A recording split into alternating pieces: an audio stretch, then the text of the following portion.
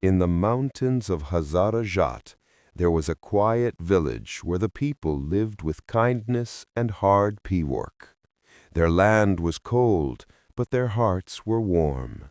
They planted wheat, tended their sheep, and at night they gathered around the fire to tell stories. Everything was peaceful until one dark night when the moon hid behind the clouds. Suddenly, a great roar came from the mountains. The earth trembled, the trees bent low, and from the black valley emerged 40 demons. Each demon was uglier and larger than the next. One had teeth that reached his knees. Another's eyes glowed like burning lamps. One had a long tail, and another horns twisted like the branches of a cedar tree. Their leader, the great demon, roared, "People of this village, from this day this land belongs to us. Every month 10 of you must come to our fortress, bring gold and meat for us. If you do not obey, we will devour you all." The villagers trembled. The women wept. The men lowered their heads in despair. No one dared to speak. In that same village lived a girl named Zohreh-Gul. She was not of royal blood, nor was she rich, but God had given her wisdom and a sweet tongue. She often said, "If a person has no gold, do they not still have a mind?" When she heard that the demons had come, her heart could not rest. She called the elders of the village and said, "Why do you sit in silence? Have you all died?" One of the old men sighed. "My daughter, demons tear with claws and bite with fangs. What can we do against them?" Zohreh-Gul replied, "Strength cannot win, but wisdom can. Demons live on the ignorance of people. If we overcome them with understanding, they will vanish themselves." Her mother cried, "My dear child, don't go. They will eat you alive." But Zohreh-Gul answered, "If I do not go, every month 10 of our people will. Perhaps I can end this suffering." At dawn, before the sun rose above the mountain peaks, she dressed herself like a humble servant and set out toward the demon's fortress. The fortress stood on a high cliff, its walls built of black stone, each block as large as an ox. Zohreh-Gul climbed quietly until she reached the gate. 2 demon guards came forward and growled, "Ha! A human! What are you doing here?" Zohreh-Gul said calmly, "I have not come to fight, but to teach. I have heard that you are 40 great demons, and yet none has ever tested your wisdom." The guards laughed and took her to their leader, the great demon. The great demon sat upon a throne of bones, his yellow eyes glowing like torches. When he saw the girl, he laughed and said, "Little fragile girl, you have come to teach us? We have eaten the brains of 70 men. Who could be wiser than we?" Zohreh-Gul smiled. "Perhaps I am. But if you truly claim to be the wisest, let us have a contest of questions and answers. If you win, I will surrender myself.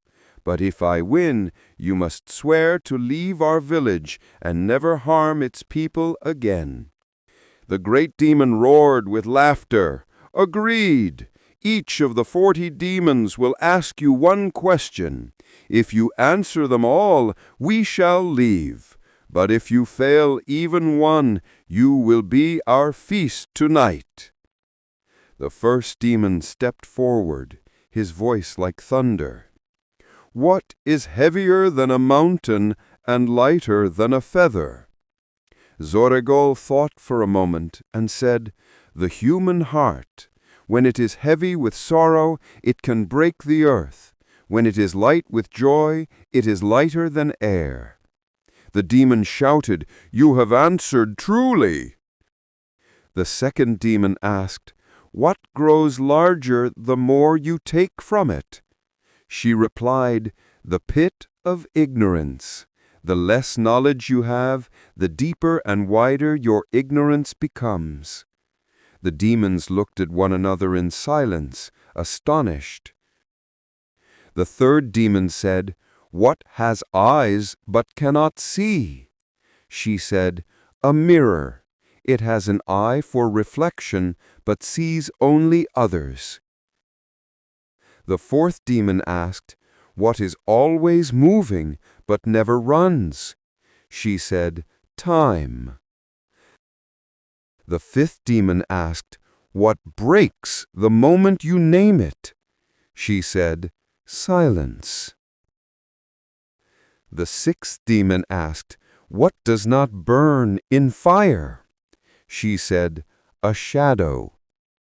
One by one the demons asked their riddles, and Zohreh-Gul answered each with grace and wit.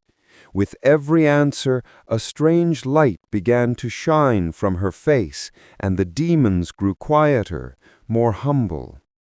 At last the great demon spoke. "I have one question no human has ever answered.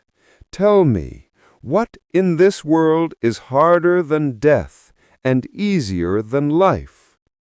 Zohreh-Gul bowed her head in thought. Then she looked up and said softly, "Ignorance. One who is ignorant is alive, yet does not know why. Their life is harder than death, for they wander in darkness without ever finding the way." The great demon fell silent. Then he roared, not in anger, but in shame. He sank to his knees and said, "Wise girl, you have defeated us. From this day we are under your command. We swear to leave this land and never again harm a human soul." From that day the demons vanished from the valley, and their fortress stood empty. The villagers rejoiced and called Zohreh-Gul the Mother of Wisdom. For many years she taught children the ways of knowledge and kindness. They say that when she grew old and passed from this world, a gentle breeze blew from the mountains, carrying the scent of Zohreh-Gul's flowers.